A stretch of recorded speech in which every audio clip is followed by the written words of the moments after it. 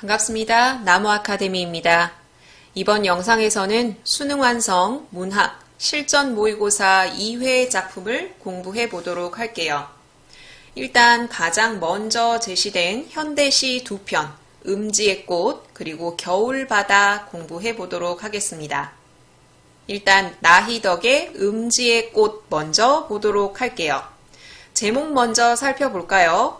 음지에 피어나는 꽃이라는 뜻인데 이 시에서 무엇을 상징합니까? 바로 버섯을 의미합니다. 중간에서는 황홀한 음지의 꽃이라고 이야기를 하거든요. 버섯에 관해서 화자가 무엇으로 설명하고 있는지 한번 살펴봅시다.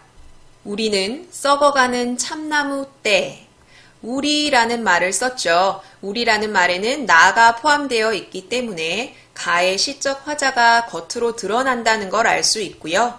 우리가 참나무 떼라고 이야기를 하고 있어요. 아, 이 시의 화자는 참나무 떼구나. 참나무라는 사람이 아닌 생물을 우리라고 사람처럼 표현하고 있기 때문에 이 시는 전체적으로 의인법을 바탕에 깔고 있습니다.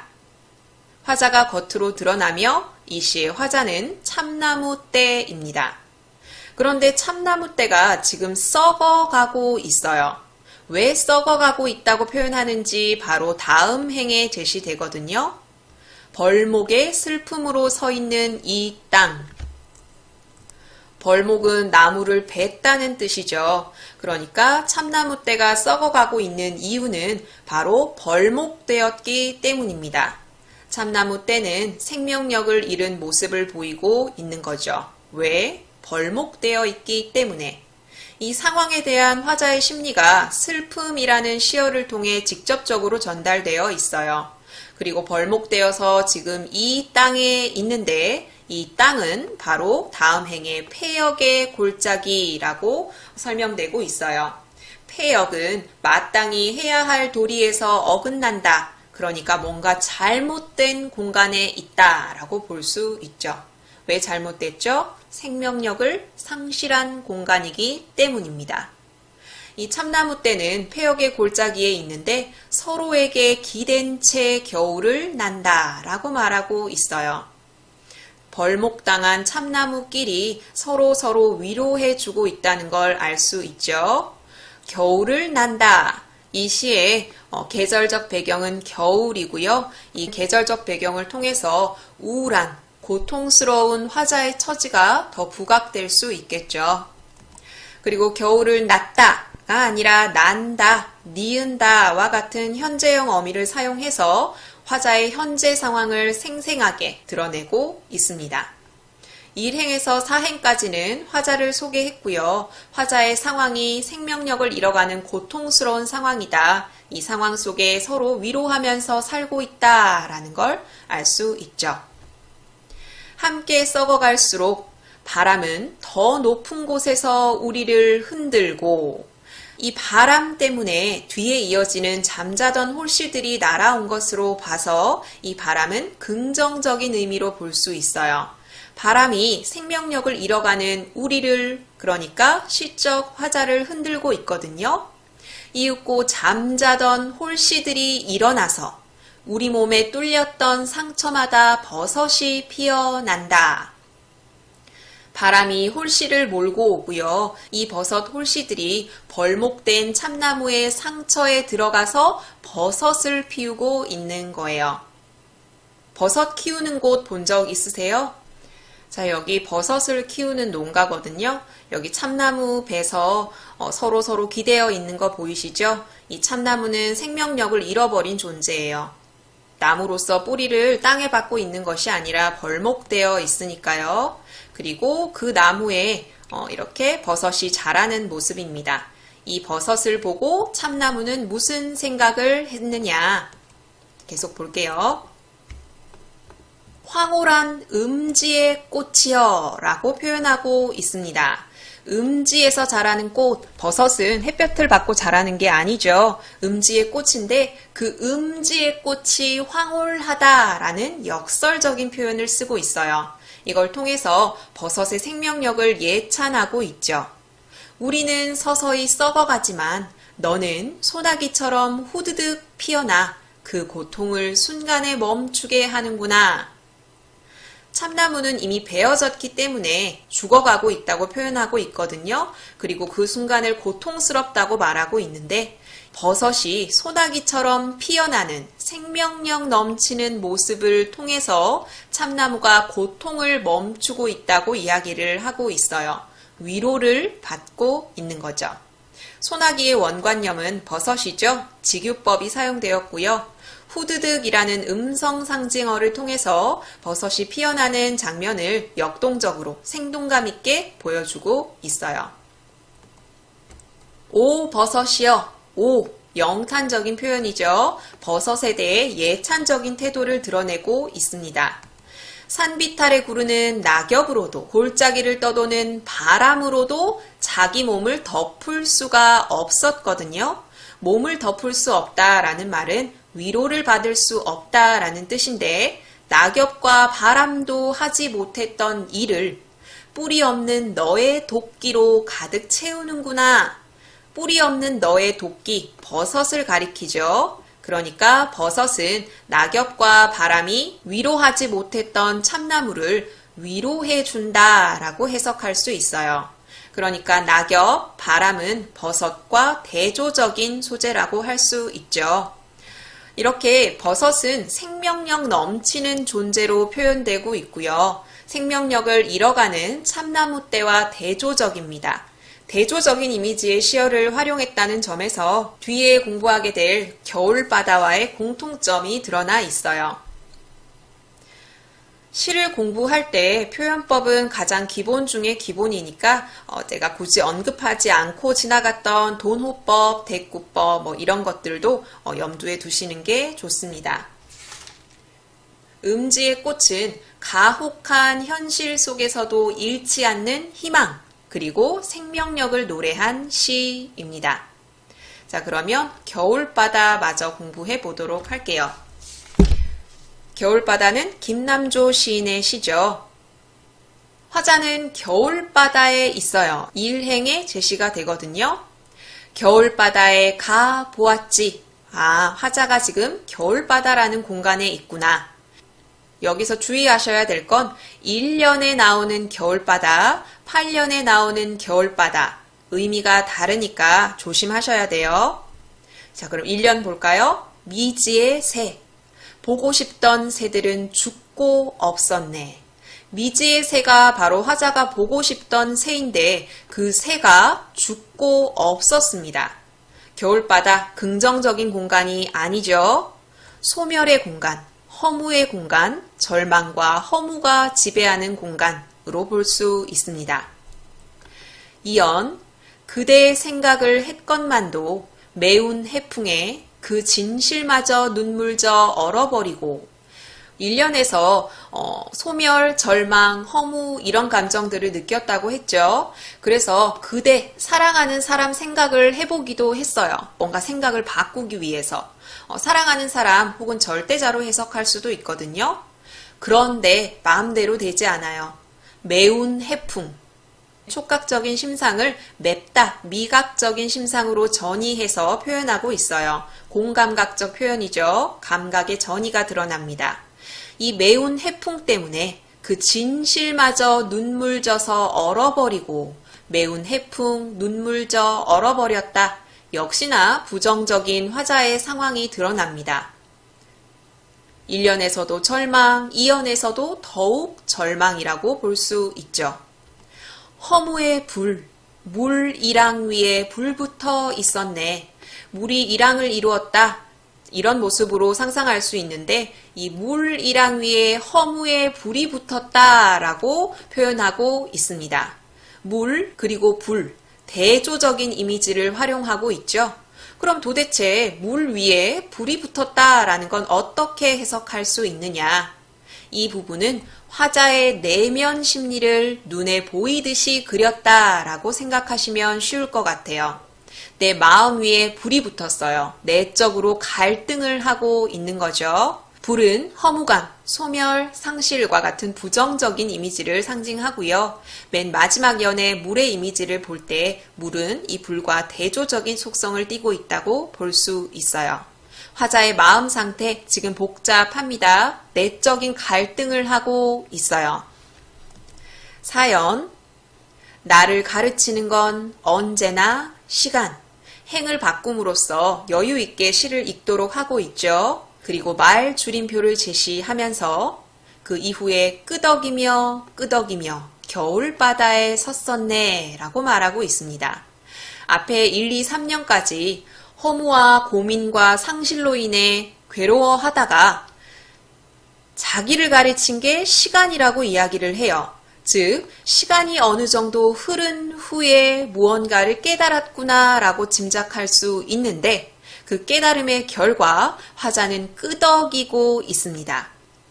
여기서도 나가 등장했기 때문에 시적 화자가 겉으로 드러났다는 걸 알 수 있어요. 사연에서는 앞에 제시된 내적 갈등이 극복된 모습을 보이죠. 겨울바다에 섰어요. 남은 날은 적지만 내 삶이 한계가 있다는 걸 깨닫고 있어요.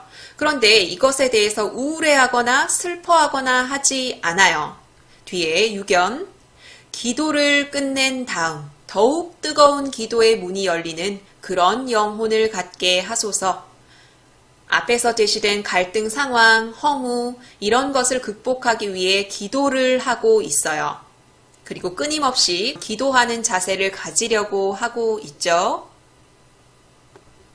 그리고 또 한 번 반복을 하죠. 남은 날은 적지만 인생의 유한함을 깨닫고 있습니다. 자, 8년입니다. 겨울바다에 가 보았지. 1년과 비슷하죠. 1년에서 보았던 겨울바다는 상실의 이미지였죠. 미지의 새는 죽고 없었던 겨울바다였는데 8년은 어때요? 인고의 물이 수심 속에 기둥을 이루고 있었네. 자, 이게 물이라고 보면 인고, 참고 견디는 물이 바로 수심 속에 이런 물기둥을 이루고 있었다라고 표현을 합니다. 수심 속에 이런 물기둥이 있을 리는 없죠. 화자는 그럼 이 물기둥을 통해서 무엇을 드러내고자 하는 걸까요? 바로 화자의 의지입니다. 삶의 허무함, 소멸, 실망감, 상실감 이것을 극복한 그런 화자의 의지를 이 수심 속에 우뚝 서 있는 물기둥으로 형상화하고 있는 거예요. 눈에 보이듯이. 원래 의지라는 건 눈에 안 보이는 거잖아요. 그것을 물기둥으로 표현을 하고 있어요. 이 물기둥은 인고의 물이거든요. 뭔가 참고 견뎌야 해요. 의지를 다지기 위해서는 그래야 하는 거죠. 그래서 1년의 겨울바다는 소멸, 부정적인 공간이었다면 8년의 겨울바다는 깨달음의 공간, 인고의 공간으로 볼 수가 있습니다. 그러면 여기서 겨울바다의 이미지를 한번 정리해 볼게요. 여러분, 겨울은 굉장히 춥고 괴로운 계절이에요. 사계절의 끝이기도 하죠. 그렇지만 봄이 곧 오는, 봄을 잉태하는 희망적인 계절이에요. 이중적인 의미를 갖고 있죠. 바다도 마찬가지입니다. 바다는 물의 종착역이잖아요. 끝이에요. 그런데 바다에서 다시 수증기로 증발해서 구름으로 가서 다시 온 곳곳을 돌아다닐 수 있어요. 순환점, 시작점이라고 볼 수도 있죠. 역시나 이중적인 의미를 갖고 있습니다. 그러니까 겨울바다라는 공간은 부정적인 공간 혹은 긍정적인 공간 이렇게 딱 하나로 지정된 것이 아니라 죽음, 생성, 절망, 희망, 상실, 획득, 이별, 만남 이런 복합적인 의미를 모두 갖고 있는 공간으로 이해하는 것이 적절하겠죠. 나의 표현상의 특징 전체적으로 볼게요. 물과 불, 대조적인 이미지를 활용해서 주제를 형상화하고 있다는 것, 그리고 기도하는 어조, 경건한 어조를 사용해서 표현하고 있다는 것, 이것도 같이 확인하시면 좋겠네요. 이렇게 음지의 꽃과 겨울바다 같이 공부했고요. 문제 풀어봅시다. 일단 1번 먼저 풀어봅시다. 가의 시적 상황에 대한 설명으로 적절하지 않은 것 정지 버튼 누르시고 답 찾아보세요. 같이 봅시다. 1번. 시적 화자는 벌목당한 참나무 떼이다. 우리는 썩어가는 참나무 떼, 가의 일행에서 시적 화자를 알 수 있죠.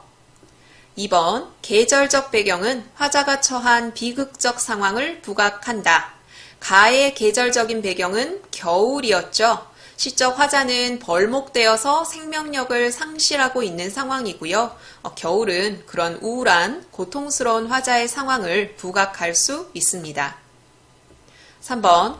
화자는 버섯을 통해 자연의 섭리를 깨닫게 된다. 화자인 참나무 떼는 버섯을 통해서 무엇을 깨닫게 되죠? 희망을 찾게 되죠.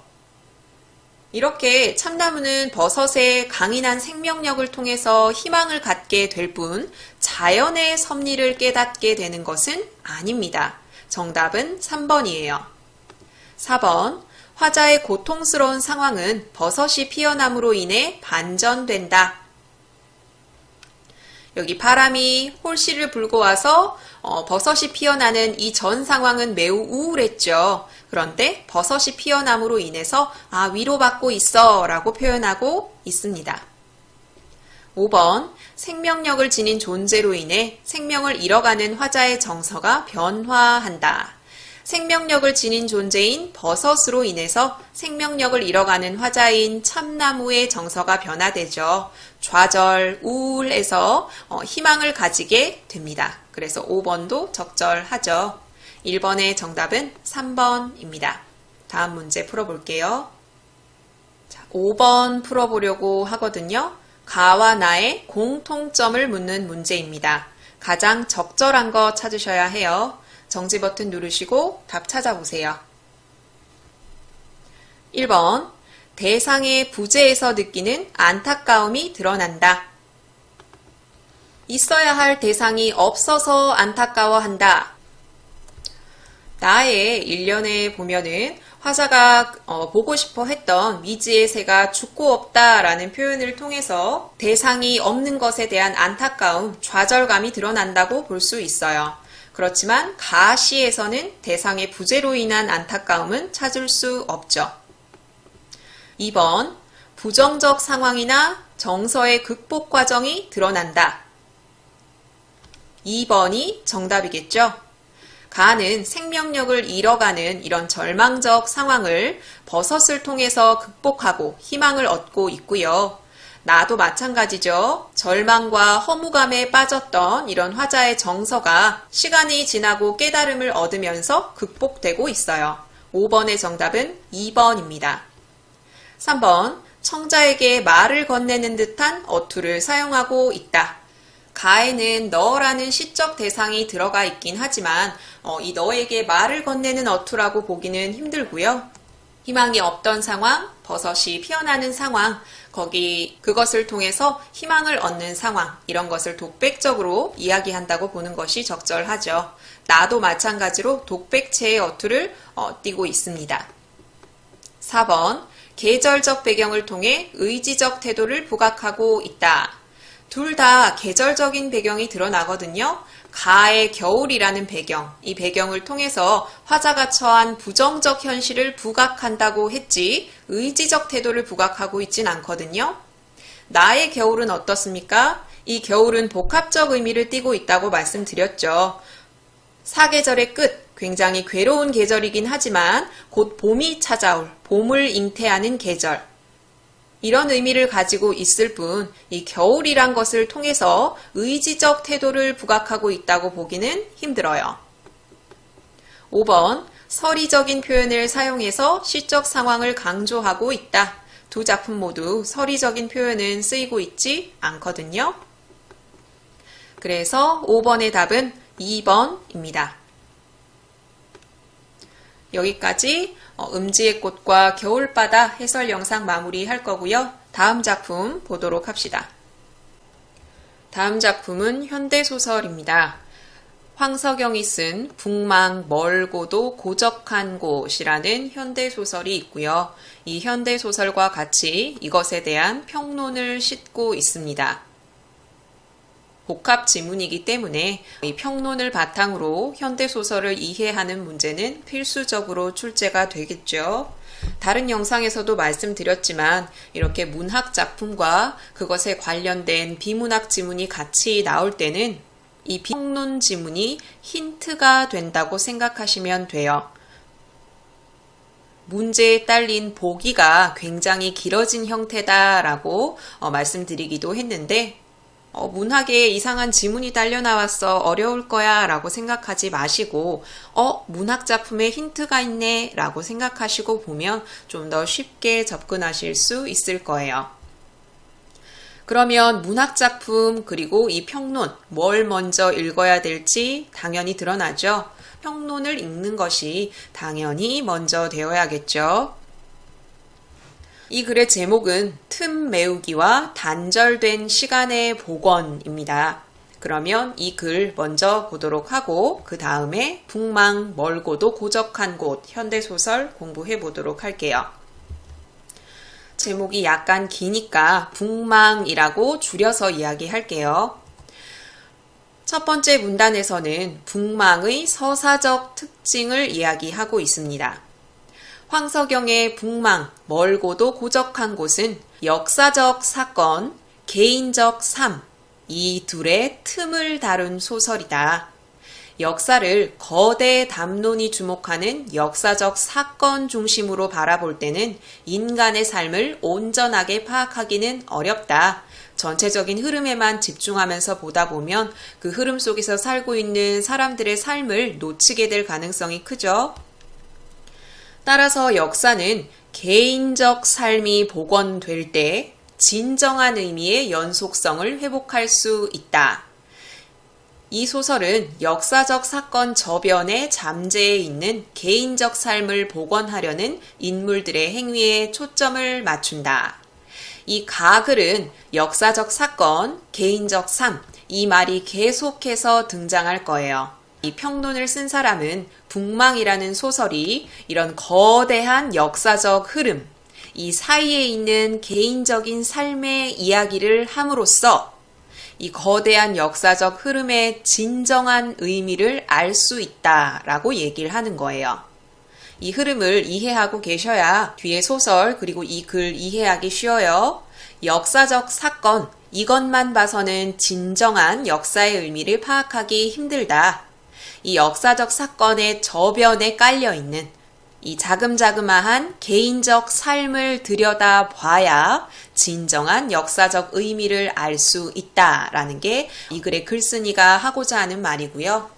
그리고 이 개인적 삶을 들여다보는 것이 바로 이 북망이라는 소설이 하고 있는 일이다라는 거죠.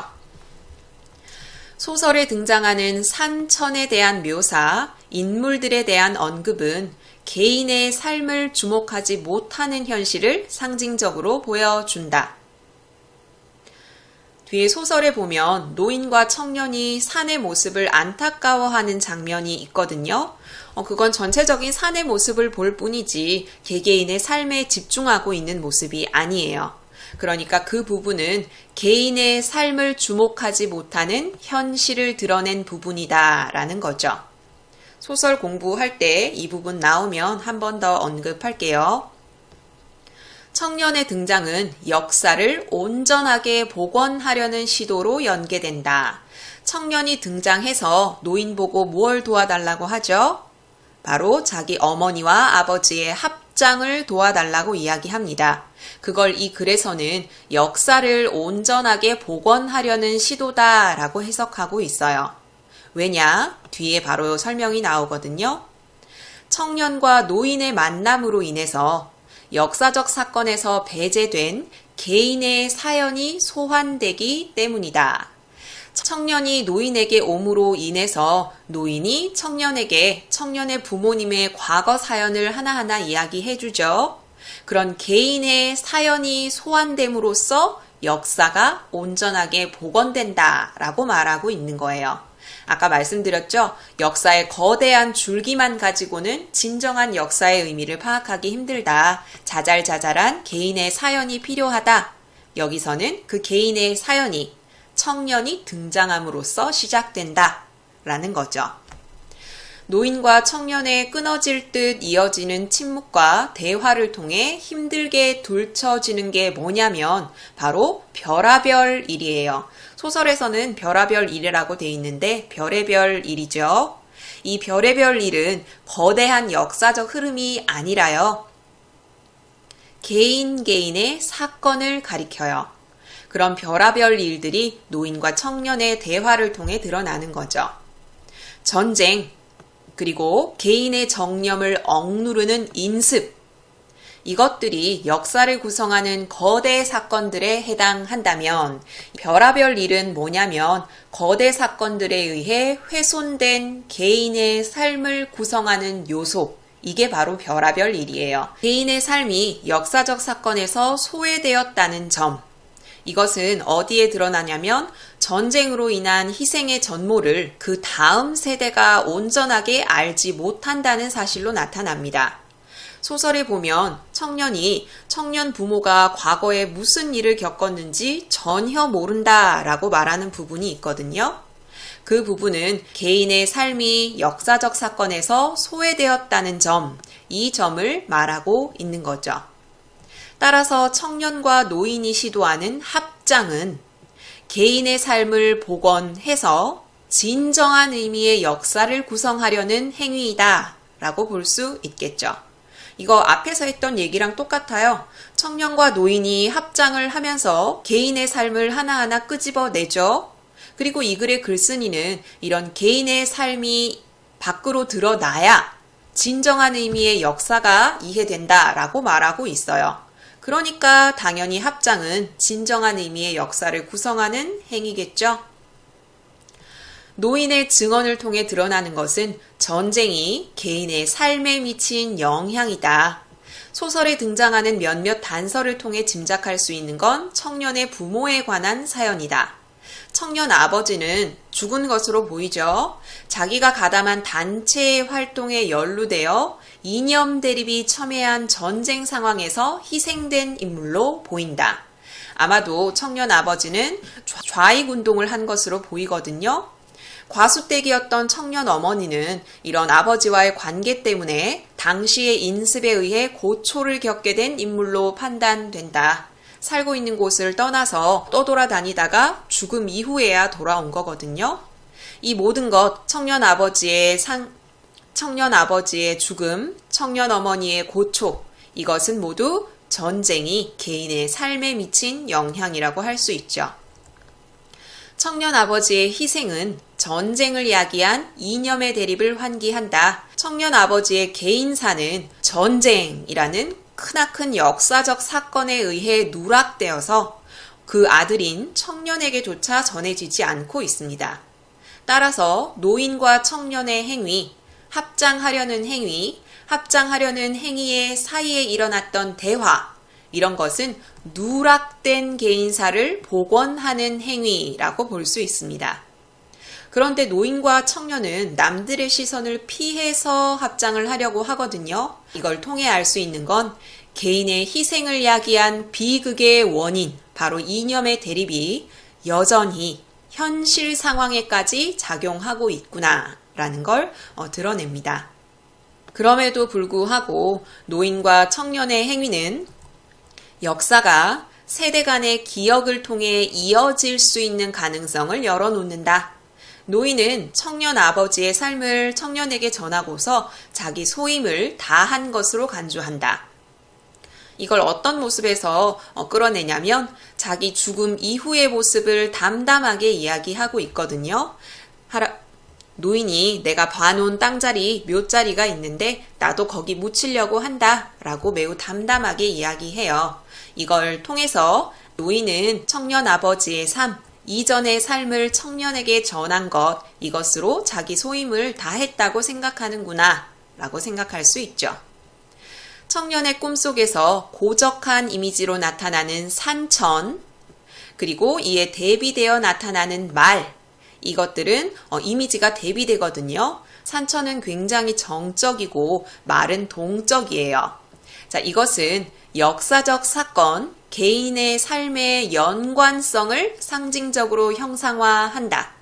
산천은 계속 펼쳐져 있어요. 그리고 거기에 말들은 계속 움직이고 있죠. 그러면 산천은 뭘 의미할까요? 바로 역사적인 흐름을 의미하고요. 이 역사의 흐름에서 열심히 역동적으로 움직이는 말은 바로 개인의 삶을 의미합니다. 영속적인 산천의 모습, 세대를 이어가는 다양한 모습의 개인의 삶, 이것들이 조우, 만나는 현실을 청년은 합장이라는 경험을 통해서 인식하게 된 거죠. 아, 역사의 흐름 속에서 개인의 삶은 이어져 나가는구나. 이것을 합장이라는 경험을 통해서 청년이 깨달은 거예요.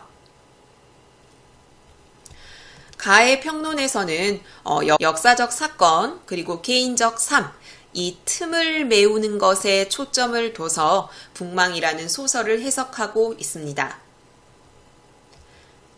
역사적 사건은 이 홀로 의미가 완성되지 않는다. 개인적 삶이 이 안에 포함되어야 한다. 그 틈을 메꾸는 것, 그것이 북망이라는 소설이 담당하고 있다라는 것입니다. 그러면 소설 보도록 할게요. 청년이 노인을 찾아온 모습부터 제시가 되죠. 청년이 넙죽 절을 했다. 당황한 노인이 끙 하며 상반신을 일으켰다. 노인은 흐트러진 머리를 쓸어 넘기며 고개를 드는 청년을 바라보았다. 뉘시던가? 지금 등장인물의 대사인데 문장 부호가 생략되어 제시되고 있죠. 상당히 간결한 느낌을 주고 있어요.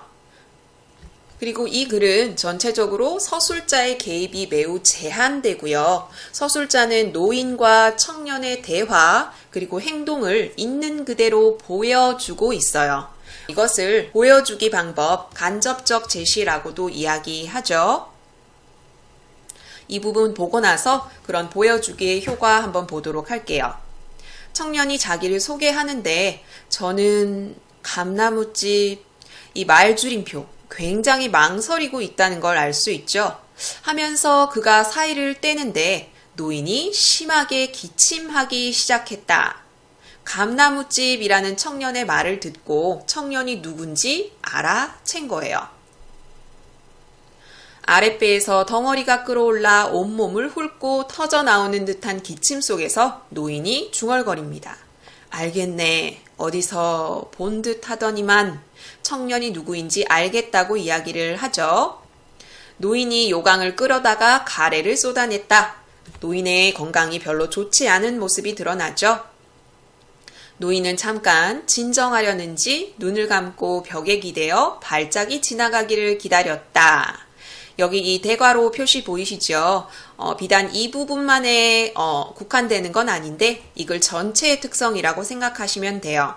아까 말씀드렸던 것처럼 이 글의 서술자는 인물의 심리, 생각 이런 걸 직접적으로 제시하지 않고 제시하고 있거든요. 무엇을 통해서? 등장인물의 대사나 행동을 통해서. 이런 걸 소설의 서술 방식 중 간접 제시, 다른 말로 보여주기라고 이야기를 하거든요. 이것의 효과 한번 보도록 할게요. 독자는 이거를 읽으면서 지금 등장인물의 행동, 대사만 계속 보고 있어요. 중간에 서술자가 끼어들지 않기 때문에 이 등장인물의 대사, 행동에 집중할 수 있겠죠. 그래서 사건이 실제 눈앞에서 벌어지는 것처럼 느끼게 해서 서사의 사실성을 높일 수 있어요. 그리고 서술자가 하나하나 해석을 해주지 않기 때문에 그 몫은 오롯이 독자가 떠안아야겠죠.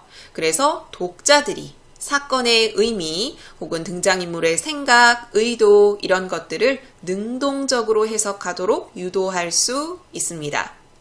서술상 특징을 묻는 문제에 선지로 언급될 수 있으니까 기억하셔야죠. 자네가 찬식이 자제란 말이지. 청년의 아버지 이름은 찬식이고요. 노인의 벗으로 보이죠. 이 찬식의 아들이 자네인가? 라는 거죠. 쏙 뺐구먼. 찬식과 그 찬식의 아들인 청년이 매우 닮았다는 걸 알 수 있습니다. 여기는 어찌 알고 왔나? 청년이 고개를 수그리고 노인은 몇 번이나 숨을 내쉬죠. 대화가 쭉 이어지는 것이 아니라 끊어질 듯 이어질 듯, 끊어질 듯 이어질 듯 이렇게 전개되고 있어요. 사흘 전에 어머님께서 별세하셨다. 돌아가셨다. 그랬더니 노인이 한참 기침을 하죠. 얘기를 하지 않고 있지만 충격을 받았거나 마음 아파할 것이다 라고 짐작할 수 있어요. 그분이 꿈에 보이더니 어떻게 장례는 치렀나 했더니 대답을 하지 않고 청년이 문 밖으로 고개를 돌렸어요. 저기 있다라는 거죠.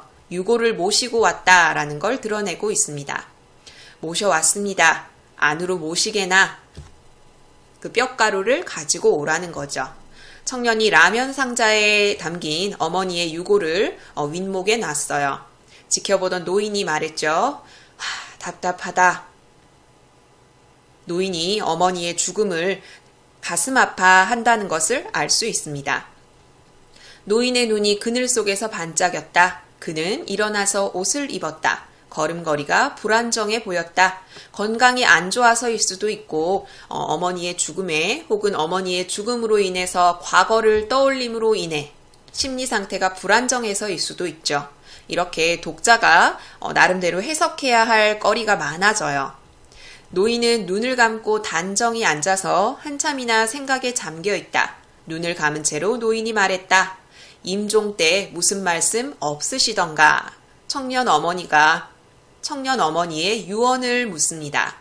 까막골 이야기를 했고요. 아버님과 합장해달라고 부탁했고요. 배 선생님에 관한 이야기도 했습니다. 배 선생님이 아마 합장을 도와주실 거다라고 얘기했을 것으로 짐작할 수 있어요. 이때 배 선생님은 노인에 해당하겠죠. 그리고 말합니다. 저는 아무것도 모릅니다. 아버지와 어머니의 과거에 대해 아무것도 모른다고 말하는 청년. 이거 가글에서 본 적 있죠? 전쟁으로 인한 희생의 전모가 다음 세대에 온전하게 전달되지 않고 있다라는 부분이에요. 그런데 노인은 납득을 합니다. 그럴 테지. 자, 이 뒤에 부분은 그다지 중요한 부분이 아니니까 중략 다음 부분 보도록 할게요. 노인과 청년이 밖으로 나온 거죠. 바로 노인 아버지가 묻힌 곳을 찾아가기 위해서입니다. 이리로 질러가세 동네 것들 만나면 번거로우니. 지금 청년 아버지가 묻힌 곳을 찾아가는데 중간에 동네 사람들을 만나면 번거롭다라는 거거든요. 동네 사람들을 만나면 청년이 누군지 묻게 될 것이고 그럼 무엇 때문에 왔는지 얘기해야 될 수도 있고 청년 아버지와 관련된 사실을 아직까지도 동네 사람들에게 알리는 것을 꺼리는 모습이 드러나요. 이것은 아까 가글에서 봤던 개인의 희생을 야기한 비극의 원인, 이념의 대립이겠죠. 이게 여전히 현실 상황에 있다는 걸 드러냅니다. 노인의 지팡이로 돌담이 둘러진 왼편의 논두렁길을 가리켰다. 저 쓰잘데없는 나무를 보게. 논두렁 옆에 개울가로 무성하게 자라난 아카시아 덤불을 툭툭 쳤어요. 개울 위쪽에는 부터 여기까지 산천에 대해 이야기를 하거든요.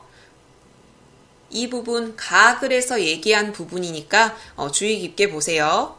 개울 위쪽에는 붉은 흙과 돌더미가 드러난 척박한 야산의 모습이 보입니다. 참 낙엽송이며 회나무며 솔도 많았건만 산골이 심란허이 산골이 말이 아니다. 청년도 노인의 말에 동의하면서 이렇게 말하죠. 전방에는 아예 산이 주저앉아 버린 데도 있습니다. 그랬더니 노인이 산에 맥이 끊기면 안 된다는데 라고 말을 하죠. 지금 이 부분은 청년 부모의 삶, 즉 개인적인 삶과는 전혀 관련이 없는 이야기예요. 가글을 바탕으로 이해를 하자면 방금 읽은 산에 관한 이야기는 역사적인 사건 중심으로 역사를 바라보는 현실을 상징적으로 드러낸다는 거죠. 그러니까 아까 그렸던 역사의 큰 줄기를 보는 것, 이런 관점을 상징적으로 나타낸다고 볼 수 있어요. 개별 사건에 초점을 두고 있지 않고 그냥 산이 무너진 게 안타깝다라고만 얘기하고 있잖아요. 그러니까 이 부분은 거대 담론 중심의 역사, 지금 현실이 주목하는 역사, 이것을 상징적으로 드러내는 부분이다 라고 이해하셔야 돼요. 위로 오를수록 노는 없어지고 등성이를 깎아서 일군 밭이 층계처럼 나타났다. 자, 밭이 끝난 곳에 아카시아 덤불도 끝났고 시로라기 같던 물줄기도 땅 아래로 숨어 들어가 있었다. 축축한 땅 위에 썩은 나뭇가지와 함께 물때가 푸른색으로 덮여 있었다. 여기에 바로 청년의 아버지가 묻혀 있거든요. 수맥이 흐르는 곳은 묘자리로 쓰지 않죠. 지금 이 땅이 젖어 있는 것으로 봤을 때 이 땅도 묘자리로 쓰기에 적절하지 않은 걸로 이해할 수 있어요.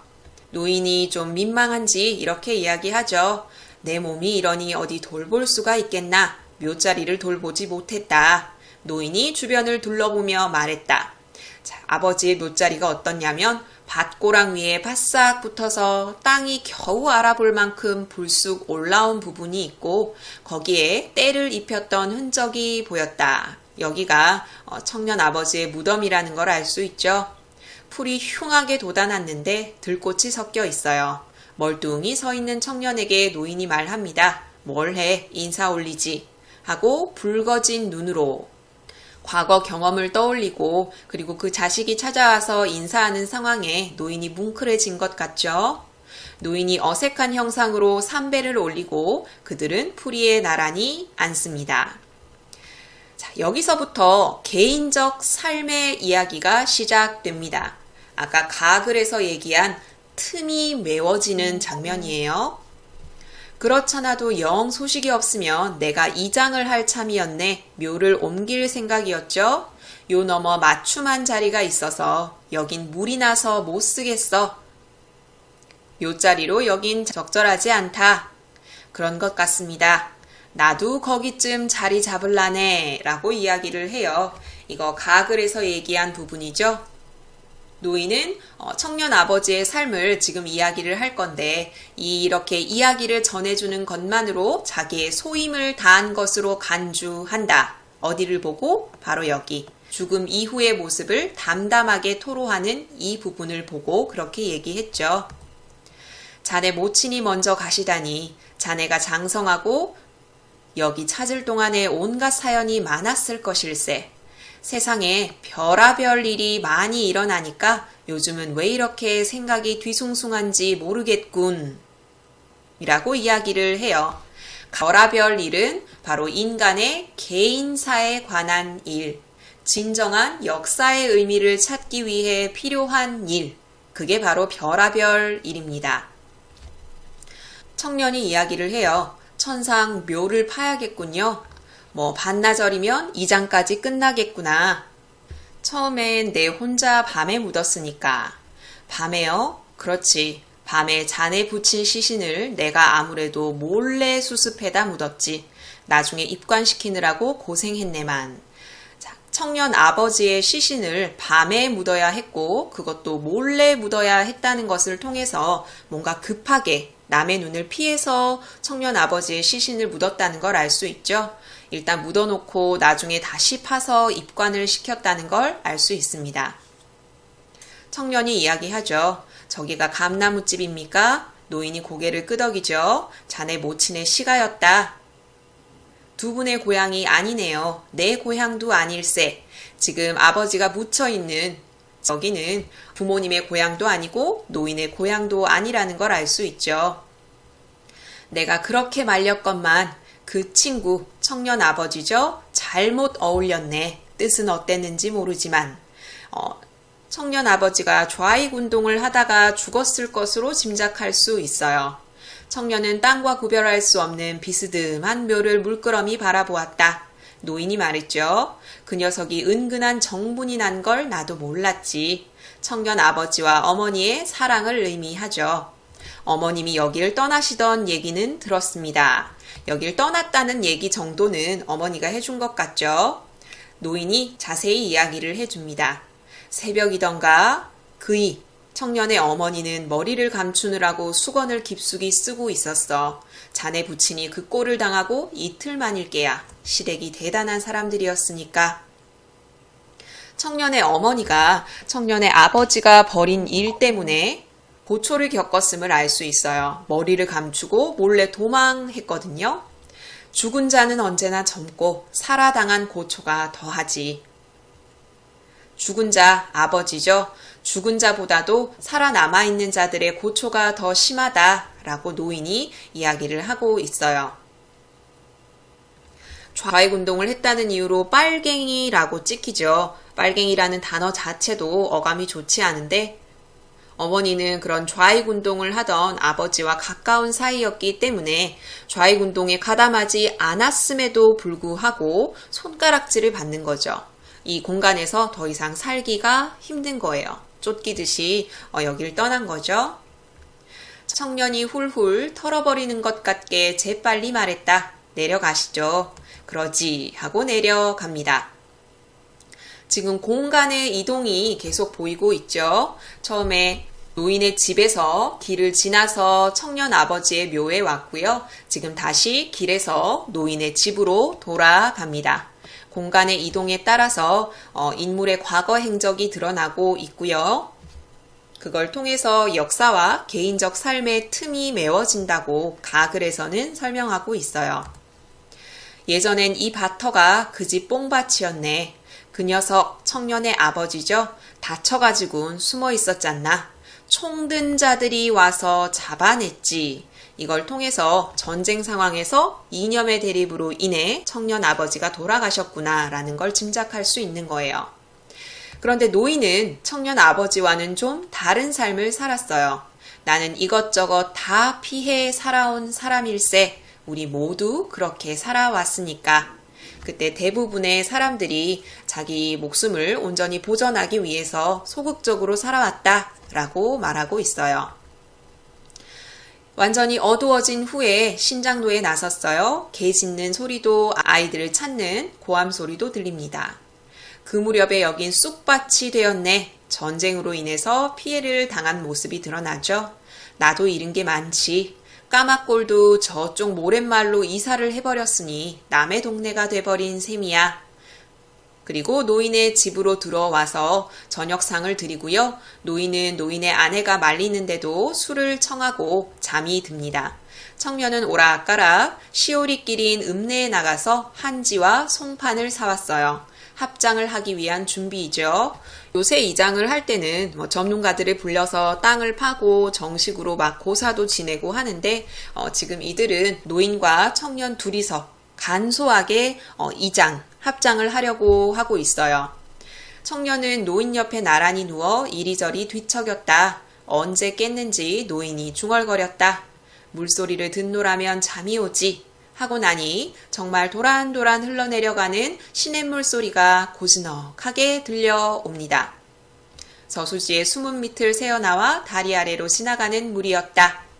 그리고 여기 수능완성 지문의 마지막 부분에 청년의 꿈이 드러나는데 이 꿈의 기능을 묻는 문제 혹은 이 꿈에 드러나는 말이나 산천의 의미를 묻는 문제는 출제 가능성이 매우 크니까 집중해서 공부하셔야 돼요. 청년은 꿈에 수많은 말의 무리가 구름처럼 먼지를 일으키며 끝없이 달려가는 것을 보았다. 말이 검은 말, 흰 말, 얼룩말들이 팽팽한 궁둥이가 햇빛에 번쩍였고 끝도 없는 말발굽 소리가 귓가에 가득 찼다. 여기까지는 여러 색깔의 말이 힘차게 움직이는, 달리는 모습이 드러나요. 일단 역동적이죠. 여기 시각적 이미지도 쓰였고 청각적 이미지도 활용이 됐어요. 이 말의 의미가 무엇이었습니까? 바로 개인적 삶을 의미했어요. 개개인의 삶을 역동적으로 표현하고 있는 거죠. 그런데 이 말발굽 소리가 멀리 지나가고요. 먼지도 가라앉습니다. 망원경의 유리알을 통해서 지평선이 나타납니다. 숫자와 좌표도 보이고요. 둘러봤는데 사방 어디에나 산천이 똑같아요. 굉장히 정적이죠. 인기척 없는 들판을 바라보노라면 초조해서 안달이 났다. 이런 정적인 산천은 무엇을 의미한다고 했죠? 바로 거대한 역사적 흐름을 의미합니다. 이렇게 거대한 역사는 유유히 흘러가요. 정적이죠. 이 역사의 흐름 위에서 수많은 말의 무리들이 달려요. 이것은 바로 개인의 삶을 의미하죠. 이런 말해물이 개인의 삶은 없어졌다가 생기기도 해요. 여기 다시 말이 달려나가고 들판이 보이고 이런 모습이 거듭되었다라는 것은 역사가 흐름에 따라서 개인이 등장하고 사라지고 등장하고 사라지고 등장하고 사라지고 그러나 어쨌든 산천과 말은 같이 가는 거죠. 역사적인 사건 그리고 개인적 삶이 연관되어 있다는 것을 드러냅니다. 이해가세요? 그럼 청년의 꿈에 가지는 의미 한번 보도록 합시다. 청년이 이 꿈을 꾼 건 노인의 이야기를 들은 다음이에요. 청년이 부모의 비극적인 사건, 개개인의 사건을 역사적인 맥락에서 인식하게 되었다라는 걸 상징적으로 드러내고 있어요. 그리고 주제의식과도 관련이 되죠. 역사가 올바르게 복원되기를 바란다라는 걸 여기를 통해서 드러내고 있어요. 가글에서 어떻게 역사의 진정한 의미가 드러난다고 했죠? 거대한 흐름만 있어서는 안 되고 거기 이 거대한 흐름을 이루는 자잘자잘한 개인의 삶에 집중을 해야 된다. 이 개인의 삶의 의미가 역사의 의미를 진정성 있게 만든다라고 말하고 있어요. 그리고 그런 모습이 청년의 꿈에 드러나고 있잖아요. 역사의 흐름은 보이되 거기에 있는 개인적인 삶의 모습도 말을 통해서 드러나고 있어요. 그러니까 이러한 주제의식이 청년의 꿈에 드러난다라고 볼 수 있습니다. 여기까지 북망 멀고도 고적한 곳 해설했고요. 문제 풀어볼게요. 자, 문제 1번 풀어보려고 합니다. 교재 변형 문제거든요. 나에 대한 설명으로 적절하지 않은 걸 찾으셔야 합니다. 정지 버튼 누르시고 답 찾아보세요. 같이 봅시다. 지금 화면상으로 푸는 문제이기 때문에 난도가 떨어지는 쉬운 문제 위주로 같이 풀고 있거든요. 어려운 문제 혹은 배경 지식을 제공하고 그걸 바탕으로 푸는 문제 이런 것들은 나중에 나무 아카데미 자료를 통해서 여러분이 풀어봤으면 좋겠어요. 1번 청년 아버지는 봉분도 없이 묻혀 있다. 이렇게 볼록하게 올라와 있는 걸 봉분이라고 얘기하거든요. 청년 아버지가 봉분도 없는 곳에 묻혀 있었다. 적절합니까? 적절하죠. 여기 아버지가 묻혀 있는 곳에 관한 설명에 보면 봉분이 없다는 걸 알 수 있어요. 그리고 여기 아랫부분에 땅과 구별할 수 없는 비스듬한 묘 이 부분을 통해서도 알 수 있죠. 2번 청년의 아버지는 동네 사람들에 의해 변을 당했다. 정답은 2번이죠. 자, 동네 사람들에 의해 변을 당한 것이 아니라 여기 총든 자들이 와서 잡아냈지라고 나와 있죠. 그래서 군인들에 의해서 아버지가 변을 당했음을 알 수 있을 뿐 동네 사람들에 의해 변을 당했다고 볼 수 없죠. 3번 청년은 어머니의 유언을 따르기 위해 노인을 찾아왔다. 청년이 여기에 찾아온 이유는 앞부분에 제시되어 있죠. 사흘 전에 어머님께서 별세하셨고 아버님과의 합장을 부탁했다. 그래서 내가 왔다 라는 거죠. 4번 청년 어머니는 청년 아버지의 일로 인해 심한 고초를 겪었다. 이것은 노인의 말하기에 드러납니다. 자, 여기 죽은 자는 언제나 젊고 살아당한 고초가 더하지 고초를 겪었다는 걸 알 수 있고요. 5번 노인은 청년에게 청년 부모님의 과거 이야기를 들려준다.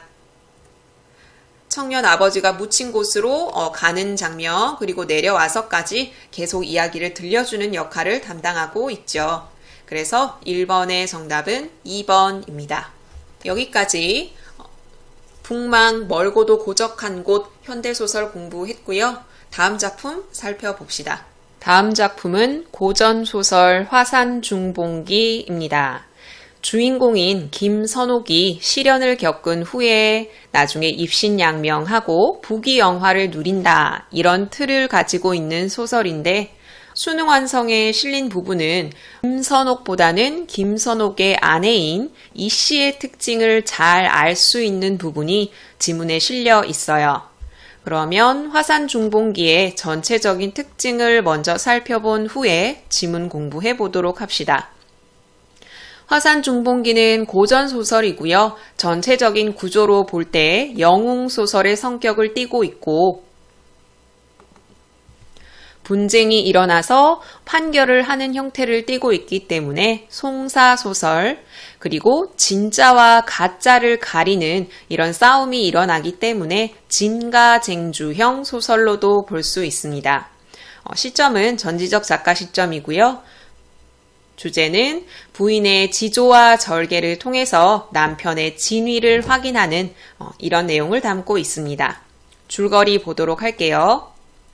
김선옥의 조부인 김완국이 간신의 모함을 받아 죽고 나머지 가족들은 안동으로 낙향합니다.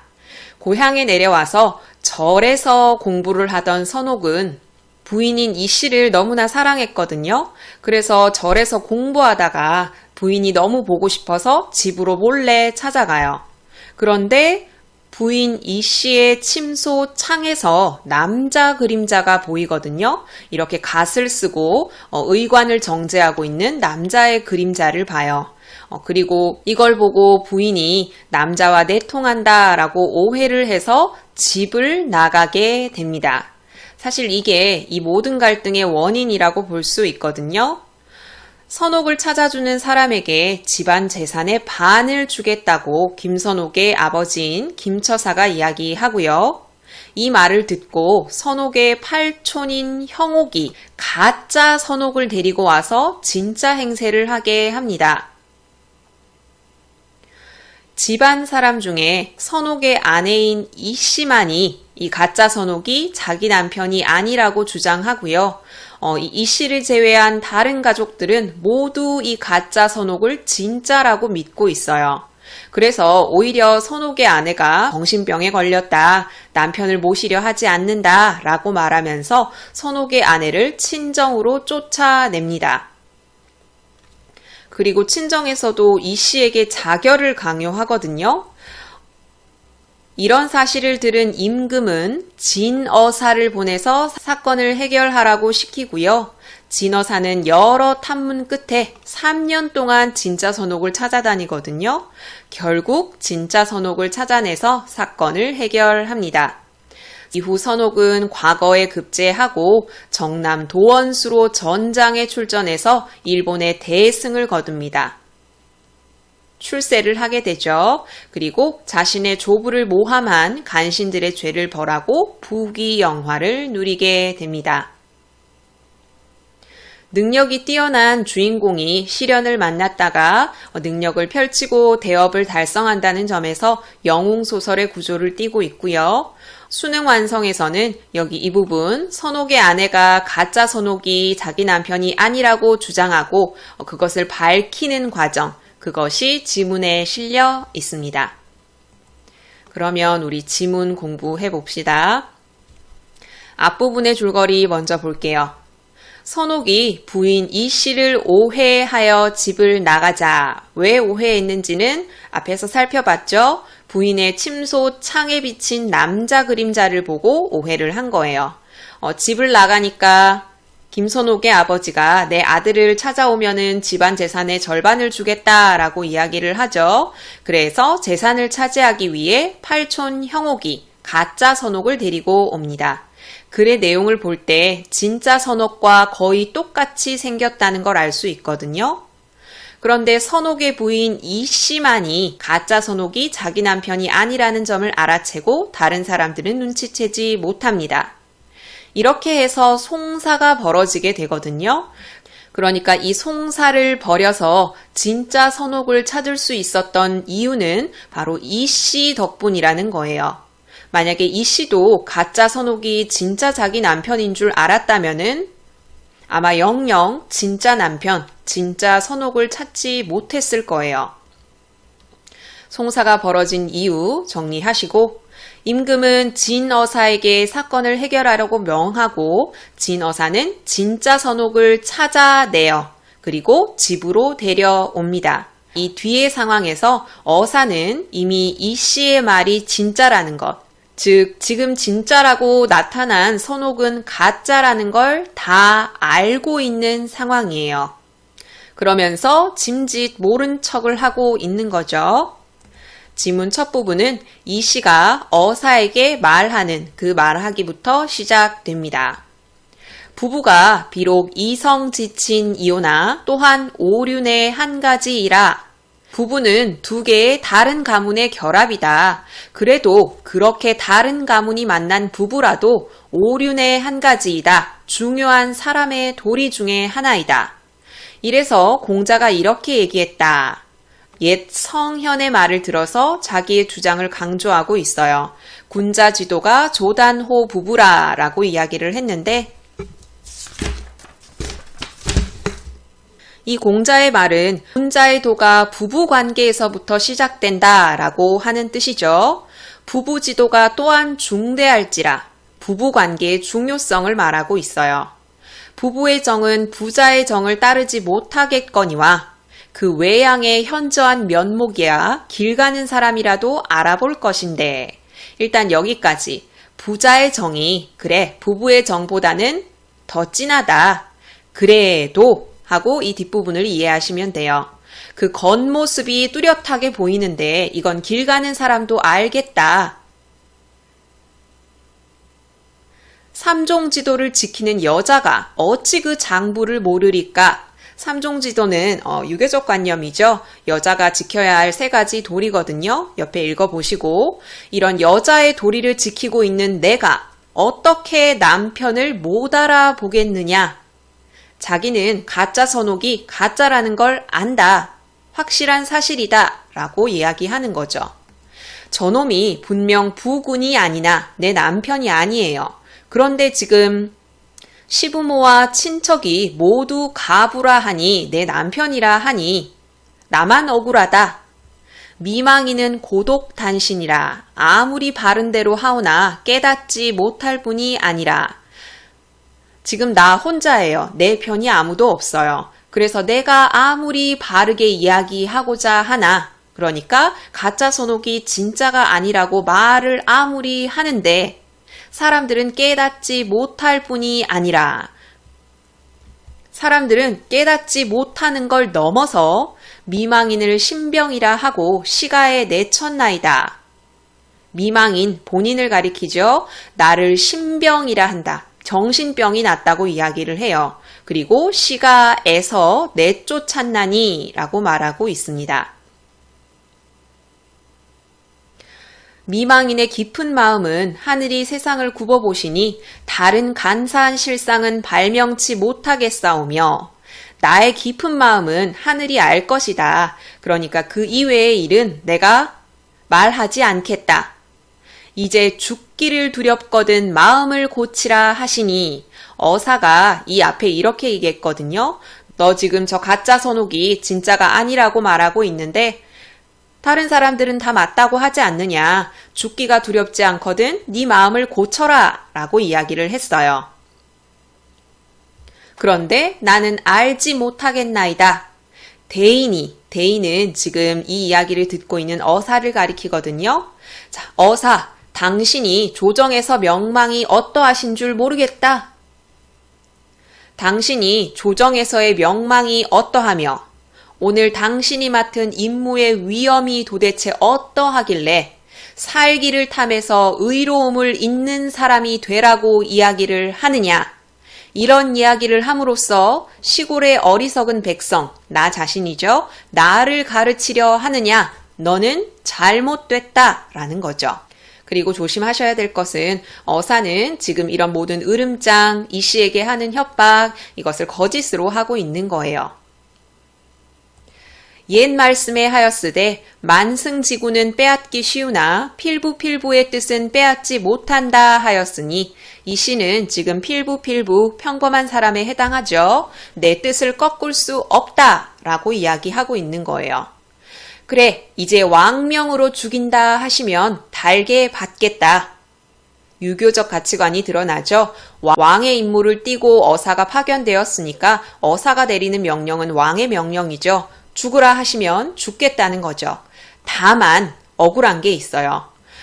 부군을 만나지 못하고 죽사오면 미망인의 원혼을 구휼할 것이 없을 것이요. 일단 진짜 남편을 보고 죽고 싶어요. 그리고 두 번째, 일후에 부군이 비록 돌아와도 진짜와 거짓을 분별할 자가 없사오니, 지금 집안 사람들 전부는 가짜 선옥이 진짜라고 믿고 있죠.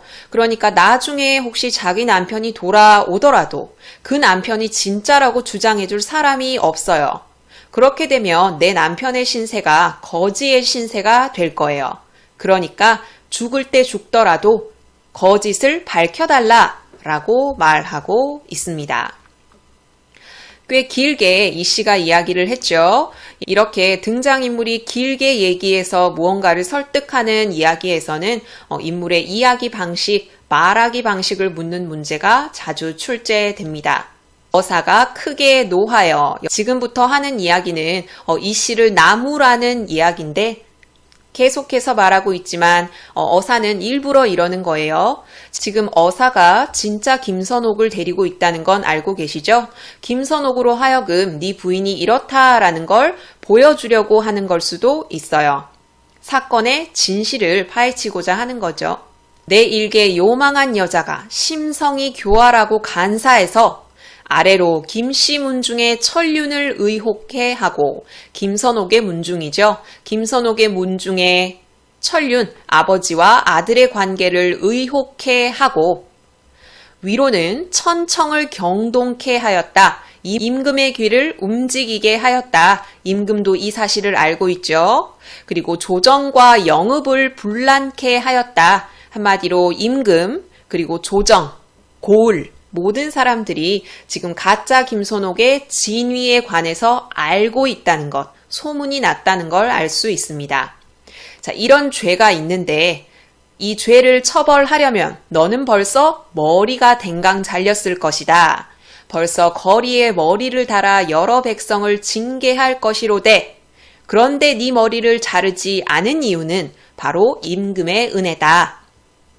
성상이 임금을 가리키죠. 성상의 호생지덕으로 나를 보내셔서 자세히 살피라 하시어서 내가 여러 고을에서부터 너의 요사스럽고 바르지 못한 심정을 알았으나, 또 임금의 덕이에요. 이 임금의 큰 덕을 본받아서 내가 너를 처벌하지 아니하고 좋은 말로 타일렀으니 너는 그럼 알아먹어야 될 게 아니냐. 그런데 사람이 나무와 돌이 아닌데 너는 그 말을 알아먹지 못하고 한결같이 가짜 선옥이 가짜라고 고집하면서 조정, 명관, 자기 자신을 가리키죠. 나를 면박하면서 이런 험난한 말로 송정, 이 송정이란 말 자주 등장하니까 뜻 확실히 알아두세요. 송사가 벌어지고 있는 이 장소를 송정이라고 합니다. 이 송정에서 발악함이 가하겠는가? 지금 가당차는가? 너 지금 너무 잘못하고 있는 것 아니니? 라고 말하고 있습니다. 이렇게 이야기를 하면서 종인을 꾸짖어서 이렇게 말합니다. 이 씨를 형추 거행하라. 형추는 정강이를 때리면서 캐묻는 일을 뜻하는데, 그것을 누구에게? 종인에게 명합니다. 그랬더니 선옥이 소리를 크게 하여 병자 이 씨를 형추하라 라고 이야기합니다. 어사는 종인에게 시켰는데 선옥이 이야기를 한다 라는 건 바로 진짜 선옥이 종인의 행색을 하고 있다 라는 걸 의미하죠. 선옥이 병자 이 씨를 형추하라 라고 말을 했을 때 이 씨가 선옥을 보았음을 짐작할 수 있어요. 자, 나졸들이 미처 거행치 못하여 머뭇머뭇거려요. 이때 이 씨가 가마 속에서 크게 외칩니다. 어사는 왕이 보낸 사람이라 이는 곧 백성의 부모요. 상하의 관속은 모두 나의 집 하인이다 라고 이야기를 하면서 가마에서 나와서 대청 위에 올라가서 어사의 종인을 딱 붙들고 이렇게 이야기를 합니다. 장부가 어디에 갔다가 이제 왔나니요? 드디어 진짜 남편을 만난 거예요. 이 씨의 심정이 지금 어떻겠어요? 집안 사람들 모두가 자기 말을 믿어주지 않고 어사도 지금 자기 말을 믿어주지 않는 것 같고 이렇게 갔다가는 진짜 남편도 못 찾고 자기는 죽게 생겼는데 그때 마침 진짜 남편을 찾은 이 씨의 심정, 긴장감이 탁 풀리겠죠. 그래서 혼절하게 됩니다. 이 씨의 아버지가 딸아이의 혼절함을 보고 크게 놀라서 약을 입에 놓고 사지를 주무르죠. 이 씨가 정신을 수습해서 눈을 들어보니까 김선옥도 기절해 있었어요. 그래서 부친과 함께 치료를 하죠. 김선옥도 꽤 충격을 받았나 봐요. 이 모습을 대청 위아래에서 보는데 괴이하게 여기지 않는 자가 없었고 처사의 부부, 김선옥의 부모죠. 그리고 그 송정에 있던 자가 사연을 알지 못해서 어찌 할 바를 모르겠어요. 가짜 선옥을 진짜라고 철석같이 믿고 이 사람을 가짜라고 얘기하던 이 씨를 면박 주고 있었는데 세상에 진짜가 짠 하고 나타났으니 다른 사람들 얼마나 의아했겠어요. 이 와중에 가짜 선옥과 형옥은 낯이 흑빛이 되어 떨기를 맞이 아니하더라. 얘네들은 처벌받는 일만 남은 거죠. 어사가 광경을 보니까 이 씨의 절개가 너무 갸륵합니다. 그리고 선옥의 가짜 진짜를 아는 지혜도 아주 탄복스러워요. 그래서 이 씨의 절개 그리고 그 지혜를 기특하게 여겨서 이 씨를 수양딸로 삼습니다. 이 씨는 어사와 부녀지간이 된 거죠. 그렇게 인사를 하고요. 어사도 선옥과 이 씨를 가까이 앉히고 이제 묻습니다. 이 씨 너는 어떻게 네 남편의 진짜 가짜 여부를 알았느냐? 그랬더니 이 씨가 내 남편의 앞니에는 참깨만한 푸른 점이 있는데 가짜 선옥은 이게 없었다라는 거죠. 이 씨의 지혜를 알 수 있습니다. 어사가 그 지혜로움에 감탄하고요. 선옥에게 이야기를 하죠. 너의 아내가 내 딸이 되었으니 너는 곧 나의 사위다. 너희 둘이 이제 만났으니까 둘이 이제 오해를 풀어라 라고 이야기합니다. 김선옥이 절에서 공부하다가 이 씨가 보고 싶어서 집에 갔다가 이상한 그림자를 보고 오해를 해서 다시 절에 왔는데 이 절에서도 완전히 떠나버렸죠. 그렇게 6년이 흘렀거든요. 네가 절에서 왜 떠났는지 연고를 자세히 하여 의혹되는 마음이 없게 하라. 하니까 선옥이 주저하면서 말을 하지 못합니다. 그랬더니 이 씨가 이야기를 하죠. 너 똑바로 얘기해라. 왜 그렇게 주저주저 하느냐. 그랬더니 선옥이 이야기를 합니다. 이 선옥의 말하기는 그간 선옥의 과거 행적을 요약적으로 제시하는 부분이거든요. 네, 모년 모월 모일 밤에 의관을 바꾸어 입고 내려와 김선옥이 아내를 보고 싶어서 중해 행색을 하고 찾아왔거든요. 그대의 처소에 이르러 보니 그대 어떤 의관한 남자와 더불어 기롱하는 그림자가 창밖에 비쳤음에 의관은 남자의 웃옷과 갓을 의미하거든요. 남자만 입고 쓰는 거예요. 그런 남자와 더불어 막 웃고 희롱하는 그림자가 보였다. 그래서 내가 분노해서 들어가서 당신과 그놈을 죽이고자 했는데 생각해보니까 만약에 그렇게 되면 나의 집안의 명성이 더러워질 수 있죠. 이 집안의 며느리가 어떤 남자랑 바람나서 죽었다더라. 이런 것은 집안의 명성을 더럽히는 거죠. 그래서 차라리 가문에 먹칠을 할 바에야 내 스스로 죽어서 통한한 모양을 아니 보리라 하고 죽을 결심을 하고 강변에 나아갔습니다. 그래서 굴원을 찾고자 하다가 굴원은 강에 뛰어들어 자살한 중국의 인물이거든요. 그러니까 굴원을 찾고자 하다가 이 말은 자결하려고 하다가 차마 물에 들지 못하고 도로 절을 향하여 오다가 생각했어요. 내가 만일 그냥 집으로 돌아가면 그 분한 심사, 내 아내가 남자랑 바람이 났다는 걸 알고 있는데 그 분한 심사를 풀지 못했는데 이렇다면 어떻게 가정을 꾸리는 즐거움이 있겠느냐 라고 생각을 했어요. 그래서 내 죽지도 못하고 돌아가지도 못할 바에야 몸을 숨겨서 세상을 하직하고 세월을 보내리라 하고 마음을 먹습니다. 그래서 그 절을 떠나서 창망이 내달려 함경도 단천의 상원암이라는 절에 들어서 수은대사를 모시는 상좌가 되었으니 라고 이야기를 하죠. 여기서 수은대사가 김선옥을 물에서 구해줬다든지 김선옥이 수은대사를 만나러 갔다든지 이런 식의 틀린 선지가 출제될 수 있으니까 조심하세요. 그렇게 상원암에 있었는데 거기서 대인을 만나서 종적을 숨기지 못하고 여기에 왔다. 이 대인은 진어사를 가리키겠죠. 그래서 이렇게 만났는데 그때 그 사람이 누구냐? 도대체 그 남자가 누구냐라고 묻습니다. 낭자가 눈물을 흘려서 옷을 적시면서 말하죠. 장부가 이렇게 내 마음을 모르느냐. 원망을 합니다. 그렇게 의심스러우면 어찌 그때 바로 들어와서 한을 풀지 않았느냐. 그때 그 사람이 지금 송정, 지금 이 장소에 있는데 당신 만나보겠어요? 라고 이야기합니다. 하고 남자를 부르는 게 아니라 옥난을 부르죠. 옥난은 이 집안의 시비입니다. 낭자가 말합니다. 이 곧 그때 의관한 남자라. 여자 종이 그때 남자라고 이야기를 하니까 여자가 어찌 의관이 있겠느냐라고 이야기를 하죠. 그랬더니 낭자가 나한테 묻지 말고 옥난한테 물어라 라고 이야기합니다. 그래서 선옥이 묻죠. 6년 전 모월 모일 밤에 너 무슨 옷 입었니? 좀 황당하죠. 6년 전에 그것도 몇 월 며칠에 무슨 옷을 입었는지 어떻게 해야 합니까? 그죠?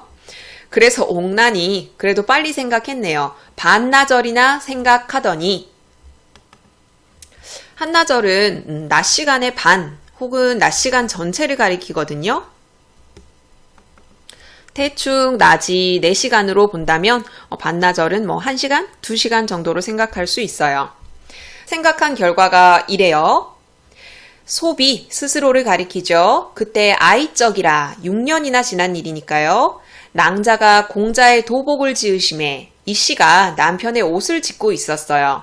앞뒤 수품, 길이 장단이 맞는가 시험코자 하여 저에게 입히시고 두루 보셨습니다. 라는 거죠. 옷이 제대로 지어졌는지 옥난한테 입히고 살펴본 거죠. 그때 제가 어리석고 지각이 없어서 공자가 절에서 보낸 갓이 마침 벽에 있길래 그것을 장난으로 내려쓰고 웃으면서 제가 공자와 어떠하니까 비슷합니까? 하면서 장난을 친 거예요.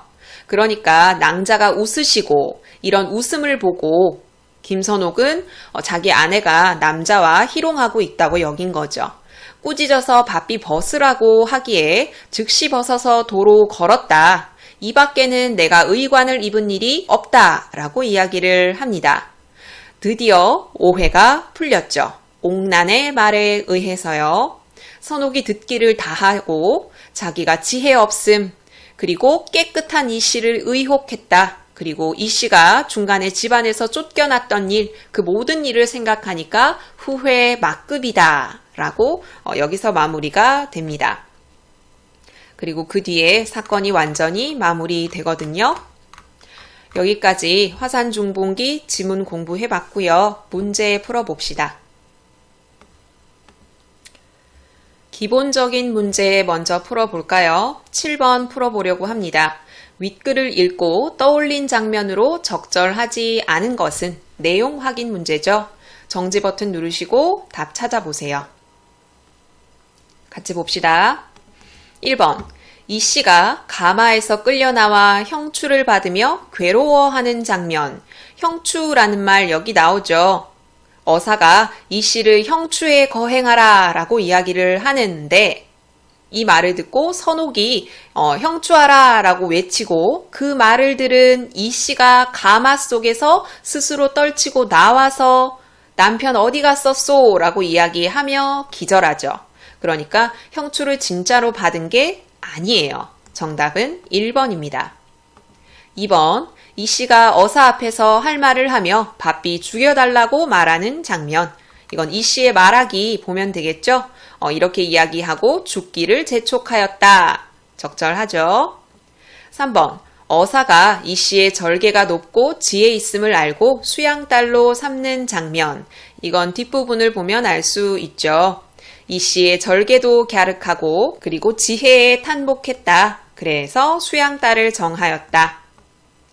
4번 머뭇거리는 선옥에게 이 씨가 절을 떠난 연고를 밝힐 것을 촉구하는 장면. 여기 오해를 풀어라 라고 얘기하니까 선옥이 주저하죠. 그랬더니 이 씨가 할 말 빨리 해라. 왜 그렇게 주저하냐 라고 말하고 있습니다. 5번 김선옥을 확인한 이 씨가 기절하고 연이어 김선옥도 기절하는 장면. 이건 둘이 만나는 장면을 확인하면 되겠죠. 혼절하니 이거를 통해서 이 씨가 기절했다는 걸 알 수 있고요. 그리고 눈을 떠보니까 자기 남편도 기절했다라는 것을 통해서 연이어 김선옥도 기절하지 않았을까라고 짐작할 수 있죠. 그래서 7번에 적절하지 않은 답은 1번입니다. 그 이외에 보기를 활용한 복잡한 형태의 문제도 많기 때문에 공부하시고 자료를 통해서 문제 풀어보시길 바랄게요. 화산중봉기 해설 영상은 여기서 마무리하고요. 다음 작품 보도록 합시다. 다음 작품은 갈래 복합이죠. 고전 시가인 오우가 그리고 고전 수필인 서파 사무설 공부해 보도록 하겠습니다. 오우가는 굉장히 유명한 작품이죠. 여러분도 잘 아실 거라고 믿어요. 윤선도가 지은 연시조, 자연물 5을 자기 벗으로 삼는다. 그것을 통해서 자연 친화의 태도를 노래한 작품이고요. 서파사무설은 글쓴이가 친구의 호가 서파사무가 된 이유, 그 의미, 이런 것들을 설명하는 수필입니다. 그러면 오우가 먼저 찬찬히 보도록 합시다. 5명의 친구에 관한 노래라는 뜻이죠. 총 6수로 돼 있는데 그 중에 첫 번째 수는 마치 책의 차례와 같죠. 나 이러이러한 친구들을 소개하려고 해 하고 5 친구들을 소개하고요. 그리고 2번째 수와 6번째 수에서는 이 친구들을 각각 병렬적으로 소개하고 있습니다. 자, 그러면 첫 번째 수에서 이 시의 화자가 누구를 친구로 삼았는지 그 5명의 친구를 알아보도록 합시다. 내 벗이 몇이나 하니 수석과 송죽이라. 자, 내 벗이 몇이냐 라고 하면 물과 돌과 소나무와 대나무로구나 라고 말을 하고 있어요. 자, 질문을 했고 그의 답을 했죠. 문답법이 쓰였습니다. 그리고 연이어서 하나 더 추가해요. 동산에 달 오르니 그 더욱 반갑고야. 동산에 달이 오르니까 더 반갑다. 달도 내 친구다 라는 거죠. 두어라 이 5밖에 또 더하야 뭐하리. 두어라 이 5이면 충분하다 라는 말을 서리적인 표현으로 이야기를 하고 있어요. 지금 상황 아주 만족스럽다 라는 거죠. 첫 번째 수에서는 앞으로 소개할 5명의 친구를 소개하고 있고요. 자연물을 친구라고 이야기하고 있기 때문에 의인법이 쓰였다고 볼 수 있습니다. 표현법 문제에서 자주 언급되는 거 알고 계시죠? 자잘한 표현법들까지 꼼꼼히 공부하도록 하세요. 2번째 수 보도록 합시다. 2번째 수에서는 5명의 친구 중에 물을 소개합니다. 한번 볼게요. 구름빛이 좋다 하나 검기를 자로한다. 자, 구름빛이 좋다. 이 좋다는 깨끗하다, 맑다라는 의미입니다. 현재 우리가 좋다라고 하는 건 이렇게 듀오타를 활용하죠. 그러니까 이건 깨끗하다라고 해석하셔야 돼요. 구름이 깨끗하다 하지만 검기를 너무 자주 한다. 너무 자주 검어진다. 먹구름이 된다. 바람소리 막다 하나 그칠 적이 한오매라. 이때 하다는 많다라는 뜻이죠. 그래, 바람소리가 맑긴 한데 너무 자주 그친다. 구름과 바람의 속성을 대꾸법을 활용해서 표현하고 있어요. 좋고도 그칠 리 없긴 한 물뿐인가 하노라. 좋기도 하고 그치지도 않는 것, 이것은 물이다 라고 이야기하고 있습니다. 구름과 바람의 속성, 그리고 물의 속성을 대조하여 표현하고 있죠. 대조법이 쓰이고 있어요. 이렇게 방금 본 두 번째 수 하고요. 세 번째 수, 그리고 네 번째 수는 모두 대조적인 속성을 활용해서 말하고자 하는 자연물의 긍정적인 속성을 들고 있어요. 대조, 기억하십시오. 물은 어떻다고요? 깨끗하고 그치지 않습니다. 그럼 세 번째 수 보도록 할게요. 세 번째 수에서 예찬하는 대상은 바로 바위예요. 초장부터 보도록 합시다. 고은 무스일로 피며셔 쉬디고 풀은 어이하야 푸른한다 누르나니. 꽃 하고요. 풀을 들고 있어요. 꽃은 피면서 곧 져버리고요. 풀은 푸르는 듯 하면서 곧 누래져요. 꽃과 풀은 공통적으로 쉽게 변한다 라는 속성을 띠고 있죠. 아마도 변티 아닐산 바회뿐인가 하노라. 바위는 꽃과 풀과 달리 변치 아니한다. 그것이 바위다 라고 말하고 있어요. 꽃, 풀과 바위를 대조해서 드러내고 있습니다. 세 번째 수에서는 바위의 어떤 속성? 불변하는 속성을 예찬하고 있습니다. 여기에서 끌어낼 수 있는 인간의 모습, 이런 것들이 시험에 출제될 수도 있죠. 변치 않는 바위, 이것을 통해서 초연하고 달관한 군자의 모습, 이런 걸 떠올릴 수 있겠죠. 이것은 어느 정도 추측을 필요로 하기 때문에 꽉 닫아서 변치 않는 사람, 이렇게라고만 생각하지 마시고 좀 더 생각을 유연성 있게 펼치세요. 네 번째 수 보도록 할게요. 네 번째 수에서 예찬하는 대상은 바로 소나무입니다. 더우면 꽃 피고 치우면 잎 띠거날. 더우면 꽃이 피는 게 당연하고요. 추우면 잎이 지는 게 당연하죠. 꽃과 잎은 이런 자연스러운 자연적인 속성을 따르는 자연물이에요. 그런데 소라 너는 어디 눈서리랄 모르난다. 소나무야 너는 어찌해서 눈과 서리를 모르느냐? 눈이 내리고 서리가 내리는 추운 계절에 어찌 그리 푸르느냐? 라는 거죠. 구천에 뿌리 곧은 줄을 근로하야 아노라. 땅 속에 뿌리가 곧게 뻗어 있음을 그것으로 하여 알겠노라 라는 거죠. 여기서 말하는 그것은 어떤 것이죠? 바로 눈서리를 모르고 푸른 것, 이런 겉으로 보이는 속성을 통해서 눈에 보이지는 않지만 땅속에 뿌리가 곧게 뻗었을 것이다 라고 짐작하게 되는 거죠.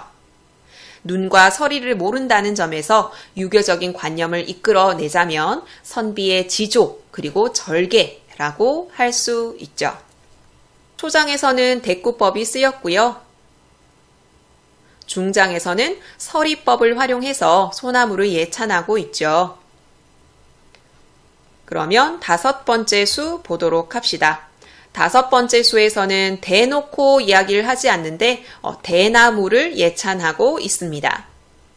나무도 아닌 것이 풀도 아닌 것이, 대나무는 나무도 아닌 것 같고 풀도 아닌 것 같고 곧기난 뉘식이며 속은 어이 비었난다. 대나무는 꼿꼿하죠. 꼿꼿한 것은 도대체 누가 시켰으며 속은 어이 텅텅 비었니? 겨렇고 사시에 푸르니 그를 교화하노라. 저러고 사시사철 푸르니 이런 속성 때문에 대나무를 좋아하노라 라고 말하고 있습니다. 대나무의 긍정적인 속성, 사시에 푸른 것, 이것을 유교적인 관념에 대입을 하면 역시나 지조나 절개라고 볼 수 있죠. 이제 마지막 여섯 번째 수입니다. 여섯 번째 수도 직접적으로 제시되지 않지만 달을 예찬하고 있죠. 작은 것이 높이 떠셔 만물을 다 비치니. 작은 것, 달이죠. 높이 떠서 만물을 비추고 있어요. 밤중에 광명이 너만 하니 또 있나냐. 밤중에 밝게 비치는 것이 너만 한 이가 없다라는 걸 서리적으로 표현하고 있죠. 보고도 말 아니하니 내 벗인가 하노라. 보고도 말도 없어요. 발은 긍정적인 속성이 두 가지가 제시되거든요. 하나는 밝음, 그리고 하나는 과묵함입니다. 이 두 가지 속성을 들어서 달을 예찬하고 있어요. 이렇게 오우가 같이 공부해 봤습니다. 자, 첫 번째 수에서는 5친구를 소개하고 있고요. 두 번째 수에서는 물의 영원성을 예찬하고 있고요. 세 번째 수에서는 바위의 불변성을 예찬하고 있고요. 그리고 네 번째, 다섯 번째 수에서는 소나무와 대나무의 지조와 절개를 예찬하고 있고요.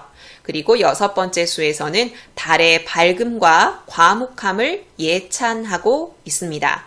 계속해서 반복되는 말이 예찬이죠. 그래서 이 시의 화자의 태도와 유사한 태도가 드러나지 않는 것은 이런 문제가 출제될 수 있어요. 예찬, 그것과 같거나 다른 걸 찾으셔야겠죠. 그러면 다음 작품 서파사무서를 공부하도록 합시다. 고전 수필이에요. 그래서 이 글에 등장하는 나는 작가, 글쓴이 자신입니다. 서파사무는 나의 벗 이일입이 스스로 지은 호이다. 서파사무라는 호는 자기 친구의 호라고 소개하고 있어요. 그러면서 이어서 이일입이 어떤 사람인지 소개를 합니다. 이립은 남다른 호걸이다 라고 직접적으로 이야기를 하죠. 지혜와 용기가 뛰어나고 기계와 풍모가 있는 사람이다. 글쓴이가 벗을 긍정적으로 평가하고 있다는 걸 이 한 문장으로도 알 수 있어요. 그리고 이립이 어떤 활동을 했는지 간략하게 제시하거든요. 젊은 시절 육경에 통달해서 유학자로 명성을 날렸고요. 그리고 과거에 급제해서 대간이란 벼슬을 담당하기도 했어요. 이렇게 10년 동안 벼슬을 하면서 공적과 명성이 현저했으니 하늘이 된 인재다 라고 단적으로 평가하고 있습니다. 친구에 대해 상당히 우호적이라는 걸 알 수 있죠. 친구는 기해년에 버슬에서 물러나서 남쪽으로 돌아와 영천의 서파리에 살면서 스스로 호를 서파삼우라 했습니다. 삼우, 3명의 벗이죠. 양수, 뿔잔, 쇠칼 이렇게 3개를 삼우라고 이야기를 해요. 양수는 문질러서 불을 내게 하는 물건이라고 있는데 쉽게 얘기하면 요즘의 라이터죠. 양수, 뿔잔, 쇠칼을 벗으로 삼고 있다. 이렇게 벗으로 삼으면서 친구는 글쓴이에게 이렇게 이야기를 했습니다. 내가 벗과 떨어져 혼자 살게 된 뒤로 사람들은 나를 벗으로 삼으려 하지 않고 나도 굳이 사람들을 벗으로 삼으려 하지 않아요. 세상과 단절되어 지낸다는 걸 알 수 있죠. 그래서 지금은 이 3가지를 벗으로 삼고 양수로 불을 지피고 뿔잔에 술을 담고 쇠칼로 회를 떠서 혼자 술을 따라 혼자 마시고 있어요. 취하고 배부르면 고기 잡고 벼농사 짓는 시골에 살면서 요순시대 같은 태평성대를 구가하고 있네. 지금 친구는 현재 자기의 삶을 굉장히 긍정적으로 만족스럽게 바라보고 있다는 걸 알 수 있죠. 이것이 내가 벗으로 삼은 까닭이니 자네는 이 뜻을 글로 지어 설명해 주게. 그래서 글쓴이가 이런 글을 썼다는 것, 이 창작의 동기가 이 한 대사에 드러납니다. 이립이라는 친구는 글쓴이에게 3가지 물품을 벗으로 삼은 이유를 써주기를 부탁한 거예요. 그래서 지금부터 본격적으로 이립, 자기 친구의 뜻을 이야기를 합니다. 나는 이렇게 생각한다. 맹자가 말한 대로 벗이라는 것은 그 사람 자체라기보다는 그 덕을 벗으로 삼는 것이다. 벗으로 삼을 만한 덕이 있다면 사람이든 물건이든 모두 벗으로 삼을 수 있다. 사람만 벗으로 보는 것이 아니죠. 그래서 옛 사람은 물건을 벗으로 삼는 경우가 많았다. 하지만 벗으로 삼을 만한 물건은 이것들 뿐만은 아니죠. 친구가 얘기했던 양수, 뿔잔, 쇠칼, 이거 말고도 덕을 가진 물건들이 많은데 내 친구가 이것들을 굳이 벗으로 삼은 이유가 어찌 정말로 배를 채우려는 생각 때문이겠는가? 아까 자기 친구는 지금 이 세 가지 물품으로 만족스럽게 살고 있기 때문에 그들을 친구로 삼았다라고 이야기했죠. 그런데 이게 다가 아닐 것이다. 이것은 자네가 겸손하게 말한 것이다 라고 생각을 하고 있죠. 그리고 자기 친구가 이 세 가지 물건을 벗으로 삼은 이유를 다음과 같이 짐작해서 이야기하고 있습니다. 양수, 그리고 뿔잔, 쇠칼 이렇게 세 가지를 병렬적으로 제시하고 있어요. 일단 양수는 불을 얻는 도구입니다. 일단 불을 얻어서 꺼뜨리지만 않으면 그 빛이 두루 비추지 않는 곳이 없죠. 이런 양수의 물질적인 속성을 통해서 이걸 끌어내요. 양수를 친구로 삼아서 마음의 덕을 밝혀서 어두워지지 않게 하려는 것이구나 라고 짐작하는 거예요. 불을 켤 때마다 이것을 생각하면 반드시 새롭고 다시 새로워지는 효과가 있을 것이다. 어찌 양수가 화덕에 불을 피우는 정도에 그치겠는가? 내 친구는 이 정도에 그치는 게 아니라 양수를 통해서 마음의 덕을 밝히고자 했을 것이다 라는 거죠. 두 번째, 뿔잔 봅시다. 술잔은 뿔로 만든 것이다. 가운데가 비어있고 안쪽을 향하여 아래로 내려가는 길이 있다. 이게 뿔잔의 속성이죠. 들어가는 것이 맑은 술이든 탁한 술이든 뭐든 담죠. 도량을 품고 있다. 도량은 사물을 너그럽게 용납하고 처리할 수 있는 넓은 마음이거든요. 그 그릇을 사용하는 사람이 그 덕을 생각한다면 넓은 마음으로 선을 좋아할 것이다. 이 술잔을 가까이 두고 넓은 도량을 품을 수 있을 것이다. 어찌 석잔을 연거푸 마시고 인사불성이 될 걱정이 있겠는가? 그러니까 내 친구는 술잔을 술 마시고 인사불성이 되는데 쓰는 것이 아니라 술잔을 통해서 넓은 도량을 품고자 한 것이다 라는 거죠. 세 번째, 쇠칼. 칼로 말하자면 쇠로 만든 것이다. 그 분위기는 가을에 걸맞고 그 덕은 예리함에 있다. 칼의 덕이 예리함에 있다고 이야기하고 있어요. 그 예리함을 사람에게 사용하면 한나라 진평이 이랬던 것처럼 몹시 공평할 것이고요. 그 예리함을 정치에 사용하면 당나라 두여회가 이러했던 것처럼 판결을 정확히 내릴 수 있을 것입니다. 칼을 쥐고 용도를 잘 살피면 여유 있게 칼질할 수 있을 것이다. 어찌 남들이 감히 나를 막을 수 있겠는가?